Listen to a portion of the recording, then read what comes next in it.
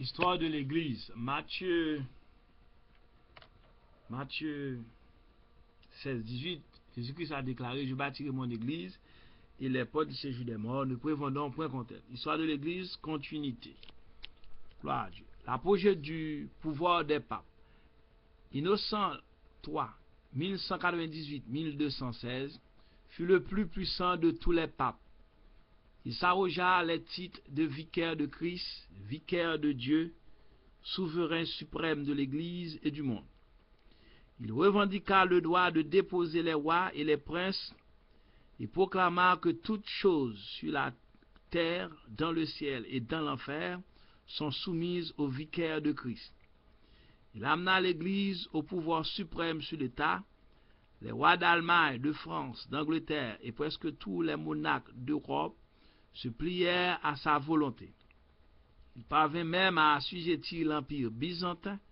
Jamais dans l'histoire un seul homme n'a exercé autant de pouvoir. Il ordonna 2 croisades, décréta la transsubstantiation, confirma la confession auriculaire et déclara que le successeur de Pierre ne peut jamais d'aucune manière s'éloigner de la foi catholique, jetant ainsi les bases de l'infaillibilité papale. Il interdit la lecture de la Bible en langue vernaculaire, ordonna l'extermination des hérétiques, le massacre des habilgeois et institua l'Inquisition.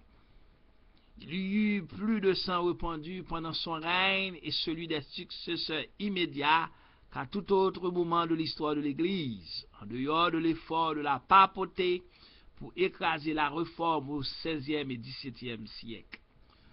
On pourrait penser que c'était Néron, la bête, revenu à la vie au nom de l'agneau.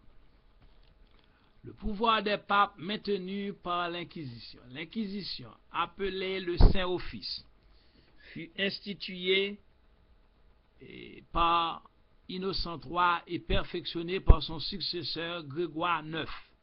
Il s'agissait d'un tribunal de l'Église pour la détection et la punition des hérétiques. Il exigeait que chacun informe contre les hérétiques. Toute personne soupçonnée était susceptible d'être torturée sans connaître le nom de son accusateur. La procédure était secrète.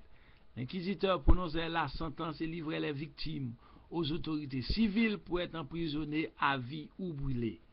Les biens de la victime étaient ensuite confisqués et répartis entre l'Église et l'État.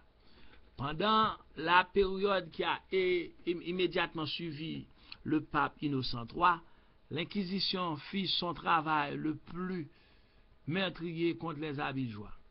Mais il fit aussi d'innombrables victimes en Espagne, en Italie, en Allemagne et aux Pays-Bas. Plus tard, l'Inquisition fut le principal instrument de la papauté dans son effort pour écraser la réforme.